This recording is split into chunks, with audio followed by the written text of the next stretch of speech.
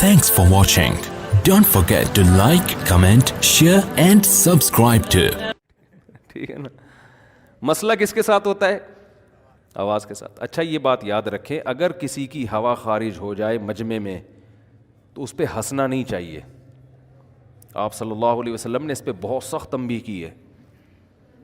کسی محفل میں ایسے ہوا تو بعض حضرات کو ہنسی آئی تو آپ نے سخت تنبیہ فرمائی کہ اس بات پہ کیوں ہنستے ہو جو تمہارے ساتھ بھی ہو سکتی ہے.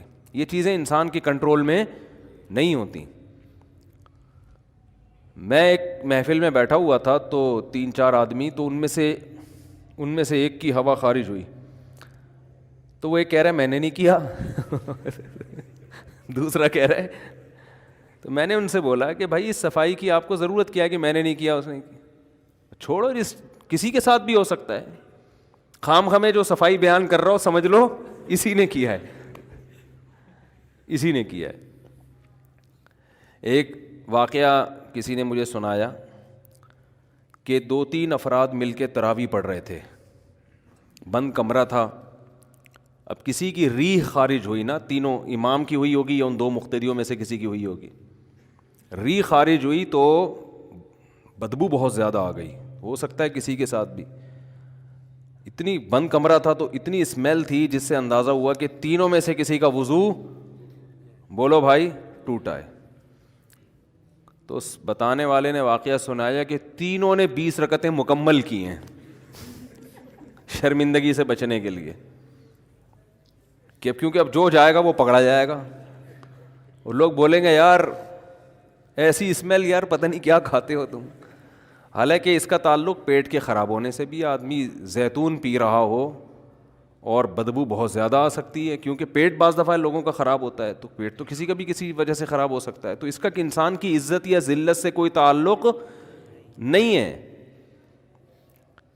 تو میں نے کہا کہ اگر وہ عقل مند ہوتا, امام میں عقل ہوتی نا, تو وہ کہتا کہ بھائی ہم تینوں کو چاہیے کہ ہم جا کے وضو کریں. کسی کا بھی وضو ٹوٹا ہے اور یہ جو اللہ نے پردہ ڈالا ہوا ہے تو پردہ ڈالو, تینوں کو چاہیے کہ وضو کر کے آ جائیں. اب جس کا ٹوٹا وہ بیچارہ بغیر وضو نماز پڑھتا رہے, کتنا بڑا جرم ہے بغیر وضو نماز پڑھنا. تو اسلام نے کسی کی جو سیلف ریسپیکٹ ہے نا اس کا بہت زیادہ خیال کیا ہے.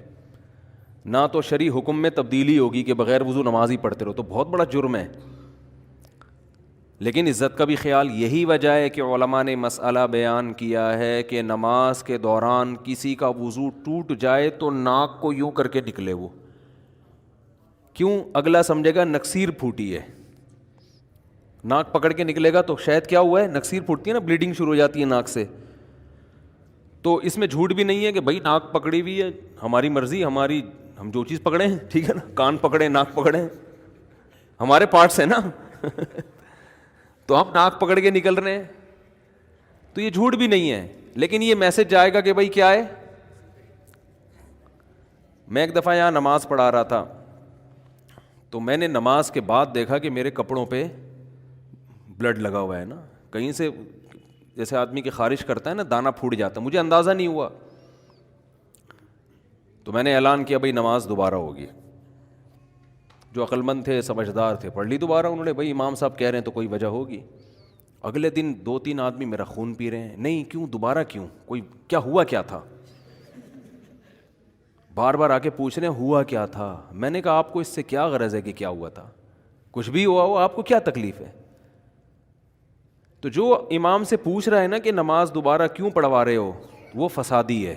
وہ کیا ہے, فسادی. کسی کے ساتھ کسی بھی ٹائم پہ کوئی بھی عذر ہو سکتا ہے.